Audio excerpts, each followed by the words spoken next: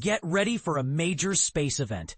SpaceX is set to launch another batch of Starlink satellites, marking its 86th mission of the year.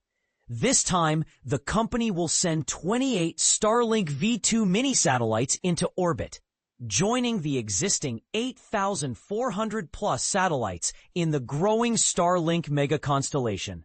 The launch, scheduled for 4:39 a.m. EDT, 0839 UTC, from Cape Canaveral Space Force Station's Pad 40, promises to be a pivotal moment in the evolution of global internet connectivity. But here's where it gets controversial. While the Starlink project aims to provide high-speed internet to remote areas, critics argue that the sheer scale of these satellite networks could disrupt natural ecosystems and raise privacy concerns.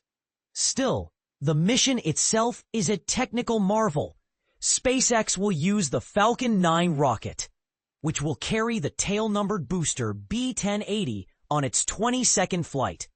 This particular booster has been a workhorse for the company, known for its reliability and reusable design.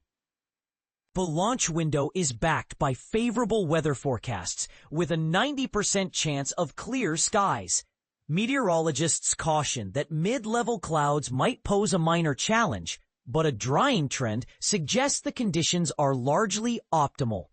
Spaceflight Now will provide live updates starting an hour before liftoff, giving fans and experts a real-time look at the historic event.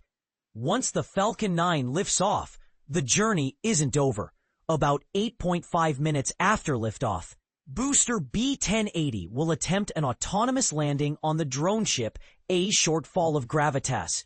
This will be the 126th recovery for the ship and the 511th successful booster landing for SpaceX, a testament to the company's commitment to sustainable space exploration. Meanwhile, the 28 Starlink satellites will be deployed approximately 1 hour and 4 minutes after liftoff, positioning them to expand the network's reach.